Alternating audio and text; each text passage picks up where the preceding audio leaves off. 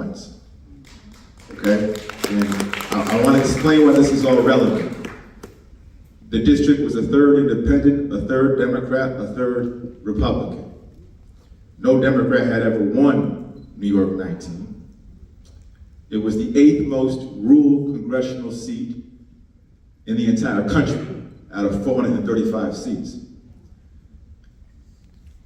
When I ran, because I had a hip hop album, a lot of folks didn't think someone with my profile would have a chance of success. We worked hard and we met people where they were every single day. It was the first time I had ever run for any kind of office. As noted, I had no prior experience in elected office at any level, going back to my days in high school. I never ran for anything. So I jumped from outside of politics completely, right to the federal government. So the way that I learned how to be a public servant was in this space where you had to listen, and you had to show up, and you had to engage. I wasn't in a safe seat. I was in a seat that required me to show up and try to find common ground at every instance. And what did that lead to? Well, in my first term in Congress, I held in all 11 of my counties, we had 11 counties, 33 town halls in 1 year. 1 year. Now, I don't know how many town halls Lawler has actually had. Anybody know? Okay, that's what I thought. We had 33 in 1 year. 1 year.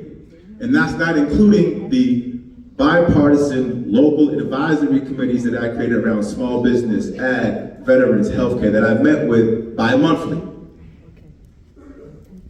It's not including all the visits to schools, farms, hospitals, you name it. If you're not willing to show up and make yourself accountable to the people, you're not trying to serve. You're not. You're here to grab power, and you're here to basically be a puppet for someone else's agenda. You know what? Yeah, it's hard work. That's the process. Being a public servant is being willing to put your ego to the side, letting go of your personal agenda, put the greater good in front of you, and to sacrifice yourself in a way that actually can lead to outcomes that benefit the very people that you serve. That is the definition of public service. So before we even get to the issues, which we're going to get to, it's about morality and ethics and what is the right thing to do with the power the people give you.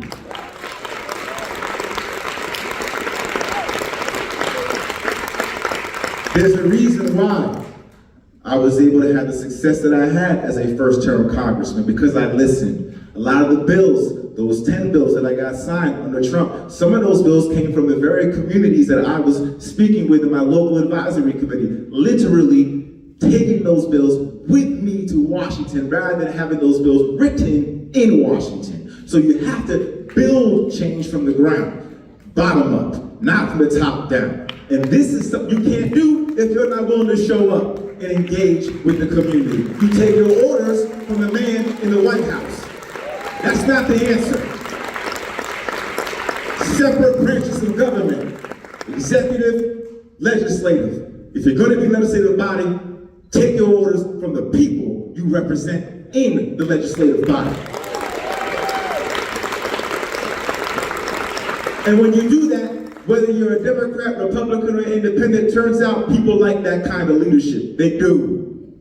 Don't let them fool you. They do. There's a reason why I won in my second term by 10 points, by 12 points, outperformed Biden by 10 points. There's a reason why I won in counties Trump himself won. Sullivan County, Trump won by 6 points in 2020. I won that same county by 4 points. Otsego County, Trump won that county by 5 points. I won that county by 12 points. So don't tell me we don't know how to connect across the political spectrum when you actually lead with values and you show the hell up.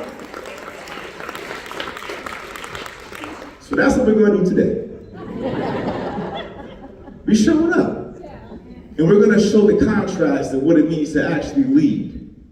Lead. Leadership. Leadership is about service. It's not about a power grab. It's not about force. It's not about dictating or controlling people. It's about enabling people. It's about empowering people.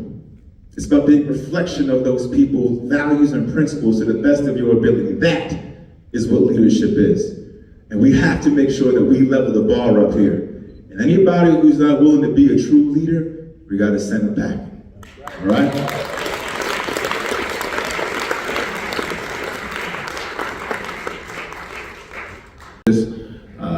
Town hall together, and of course I want to thank everybody here in the room who showed up this evening. You could have been anywhere, but you chose to show up here, and I very, very much am moved by that and inspired by that. And I'll just say this in closing.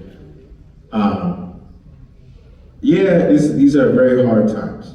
They're very hard times. They're very challenging times. There's no way around that. But if you have a window into history, and you understand where we've come and the struggles and the generations prior to us and what they had to endure and the work and the sacrifice they had to put in for us to be in a position to be so disgusted with where we are, right? But we can be disgusted with where we are because somebody before us said, I'm gonna make you disgusted. I'm gonna do enough work to make you upset about where you are. And I think it's important for us to keep that perspective in mind and not get trapped by the moment that we're in, but to see the long game, to understand that we are a part of a legacy, that we are a part of a commitment to progress. And I believe in America. I believe in New York. I believe in our collective capacity to be committed to progress. It is not going to happen overnight. It is not going to happen with waves of a wand. It happens with great sacrifice. It happens with great turmoil. And oftentimes, it cannot be done without pain. That is how life dictates it. But we cannot be deterred and overwhelmed in this moment. And hate is never the answer. It is not the answer. It can become powerful, we know that. But it can never be great. Hate can never be great. So we're talking about making things great or being great. Hate can never be a part of the recipe. Because to be great, you have to be good. You have to be able to love and to show compassion and have a willingness to be committed to mutual understanding and be decent and be honest and have integrity and character. The things that we try to put into our children as parents and grandparents. These are the stakes right now. And our democracy is built on a moral idea that we are all created equal. One person, one vote. It is in fact a moral endeavor. There are other political systems where power is aligned with your bloodline, it's aligned with your race, your gender, your status in life. Those are not democracies. Those are not free societies, and those are not societies grounded in a moral idea. Democracy, at its best, is grounded in the moral idea that we are all created equal. That is a moral idea. And if we are going to sustain this moral idea, we need moral leadership. That's right. And so, thank you for showing up. Thank you for believing in our democracy and continue to believe in our democracy.